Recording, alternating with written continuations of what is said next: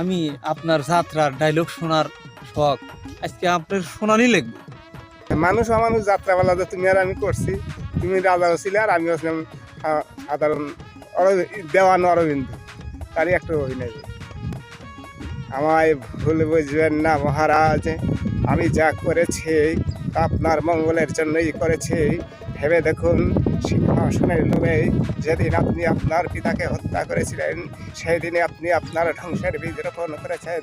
তাই বলছি, প্রায়শ্চিত্ত করুন, কুচক্রী দুঃশাসনের কুমন্ত্রণা থেকেই নিজেকে মুক্ত রেখেই আমার আনন্দ পালের হাতে সিংহাসনটা তুলে দেই। এই সুবর্ণপুরকে রক্ষা করুন মহারাজ, এই সুবর্ণপুরকে রক্ষা করুন।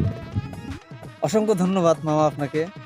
আমি আপনার সাথে অভিনয়টা করেছি, কিন্তু আমারই মনে নাই আপনার এত সুন্দর ভাবে এখনো সেই যাত্রার ডায়লগ মনে আছে। আপনাকে অসংখ্য ধন্যবাদ।